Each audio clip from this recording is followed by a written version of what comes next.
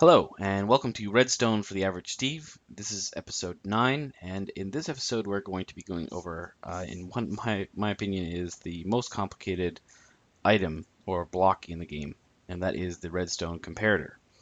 And this probably won't be all covered in this one video because there's a lot to it, and there's a lot of stuff you can do with it. But I'm going to leave it up to you guys to ask me questions, and I'll do a few practical tutorials of how you can use it. But we're going to go over the basics in this one so that you guys can actually ask me relevant questions and get a good understanding of what it is and how it's used. So basically, first off, when you put it down, it's the same as the redstone repeater. It can be, the output is the direction you're facing. So when I put it down, you can see this little arrow formed, and that's the direction of the output. And there's actually two inputs on this redstone comparator, and that's the backside here. That is input A, and then on either of the sides here, that is input B. And we'll get into the different inputs a little bit later. But first off, let's go over the basic features of it. There's also two different settings, which is comparison mode. This is currently in comparison mode, and if you right click on it, that switches it to subtraction mode.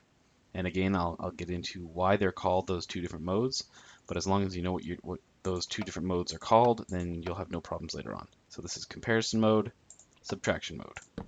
Okay, and you can see here, it's also, these are the 4 different ways that you can place the block. Those are the only ways. This is the same as the redstone repeater is. And now first off, we're going to go over the most common way I've seen the comparator used, and that is with its back end butted against a container block. And container blocks are some of those different blocks that you can see over there. We'll go over those in just a second, but first off, we'll go with the basic chest and how it's getting its signal. So you can see here, it's against this chest, and a signal is coming out of it. And the signal strength that's coming out of it is currently set to 15. And when I say signal strength, that means how many blocks that signal is going to go for.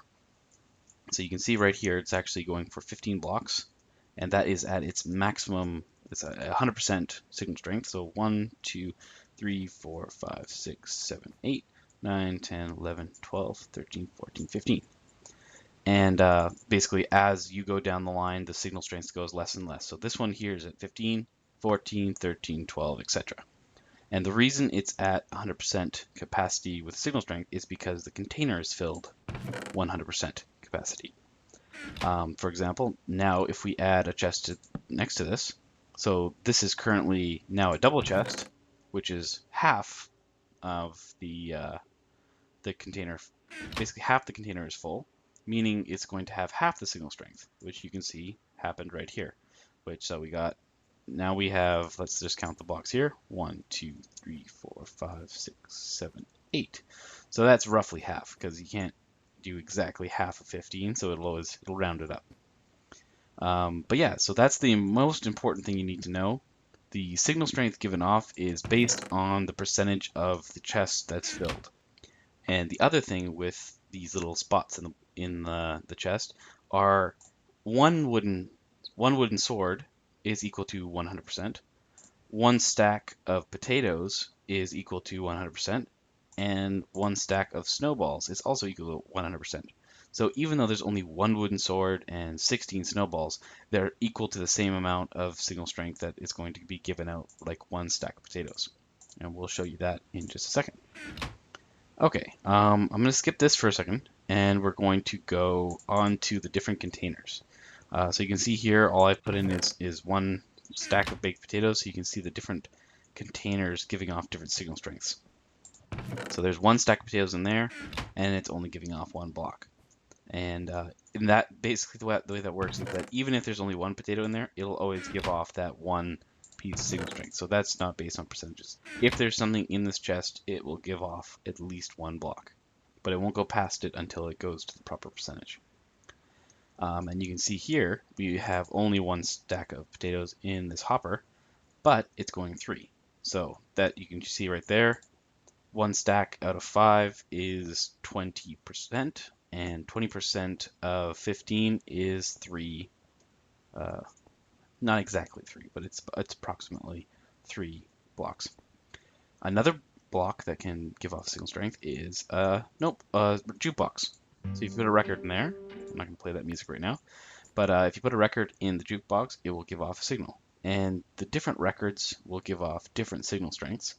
And actually, I'll jump to another world after this, and you can see all the different records giving off the different signal strengths. Another thing that can give off signal strength is the ender block. And the ender block, when you put in the ender eye, will give off 100% signal strength because it is only one space in there. The only one that doesn't follow the percentage rule will be the records. And I will show you why in a little bit there. So this has 9 spaces. So we put in 1 stack of baked potatoes, and it's going to give off 2. This is a dispenser. We've got a hopper, which is the exact same. We have a furnace. Well, we got 3 furnaces here, just so you. So this has 3 different spots in here. So this is at about 33.333%, and this is giving off 33.33% signal. And so that goes for any of the spots it's in. So down in the bottom, should probably be coal. Or when they're actually baked. That's also giving out the same amount of signal strength. Okay, now we're going to get into this. This was the comparison setting. We're going to get into the other setting here, which is the subtraction setting. Let me just break that there so you can see this. So the way repeaters work, when a signal is given, so this is at 15, 14, 13, 12, 11. So this block here is at 11% signal strength, or 11 signal strength is what it's called. And then once it hits a repeater, when it hits this block again, it's going to repeat the signal from the beginning. So this is at 15, 14, 13. It starts it over at a full signal strength. But the difference between a repeater and a comparator is it actually just copies the signal over. So right now we got 15, 14, 13, 12. And then on this side here, it's also 12. So I'll show you here. If we go out to the end, you can see this one's at 15. Sorry, this one's at 0. So that's 0, that's 1. But over here, this one's 1. And that's because even though this redstone torch is farther forward, it's not repeating it at 15. It's repeating it at the 12 signal strength that it was on that side. Okay, so that is, again, this is still only in comparison mode. Even in subtraction mode, it'll do the same thing. And I'll show you what subtraction mode does just right now. So currently you saw this was at 12, and this signal strength here was also at 12. But I'm just going to switch that back over there, and we're going to pop that back on. So right now, this torch as well will go 15, 14, 13, 12, 11, 10, 9. So right now we have signal A at 12 and signal B at, was it 9? Sorry, 14, 13, 12, 11, 10, 9. Yeah, 9. So we got 12 and 9. And we're going to switch this now into subtraction mode. So right now, this B mode is not affecting anything. But once I switch it, the signal went down. And the reason for that is because subtraction mode is basically taking signal A minus signal B. So we got 12 minus 9, and that gives you 3. And you can see right there. So if I was to, let's say, move this torch forward 1, then it's only going to give 2. And again, move it forward another 1, it's only going to give 1 signal strength. And then move it forward 1 more time, and it's not going to give off any. So as soon as you match the signal strength there, it's at 0. One other thing that you need to know is that even though I mentioned over there that there's actually 2 signal Bs, both of the signal Bs cannot be active at the same time. So I'll show you that right now. I'll borrow this torch. Just clear some of this redstone. Should have set this up better. And you cannot just put a torch next to it. It won't affect the comparator at all. You need a redstone torch leading into it. But if you put that down there, you can see that just got canceled out there, and this is at 0. And that's because the comparator uses whatever signal strength is greater. So for example, right now you can see this is at signal strength of 9 over here, but this is at signal strength of 14. So it's going to use that and go off of that. Okay, so now with that knowledge of the subtraction mode, we can do some pretty cool things. And one of the things is you can actually create a clock. And you can do that by putting any kind of input in the back of the comparator, which is signal A, and leading it back into itself, which is going to be signal B. And now you can see here, if I turn this on, this is going to be 15, 14, 13. Basically, it's going to be trying to subtract, and it's going to be trying to give forward the signal A at the same time, trying to do this loop. And so it's going to be fighting between that, and it's going to go on and off. So watch this now. And now this, you can see this light went on, and that's because that block is powered. But it's not off for long enough. In fact, I don't think it ever actually goes off. Because if you look here, we got signal strength of 15, 14, 13, and so 15 minus 13 is actually 2, so you're still always going to be on because it's never lower than that. But if we add a bit of a delay and a repeater in there, I'll show you that right now. So if we just add a repeater, set it to 1 delay, just so that we have enough time, and do that, you're going to see when I turn it on, you get a bit of a blink.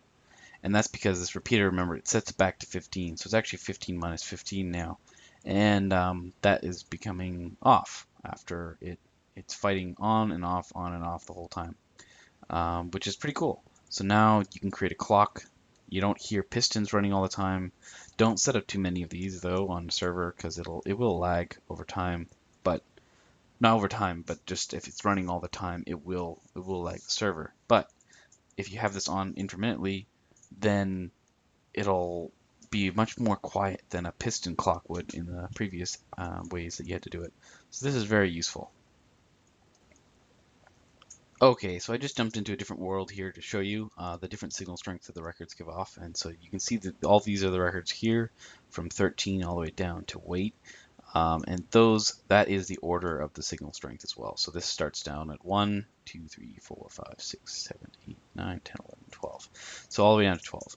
So the golden disc will give us signal strength of 1, and then all the way down from there, you can see these different lights are lit up all the way down till weight, and weight will give you 1, 2, 3, 4, 5, 6, 7, 8, 9, 10, 11, 12, right there. And having this as knowledge is useful. You can do some pretty cool tricks with it when different people are playing different records. And I will get into that in another video. I think the next video that you see from me will be a practical use video. And it'll be a practical use of some of the different things we learned to create kind of a trap. So we'll get into that in the next video. Look forward to that one. Okay, I'll talk to you guys later.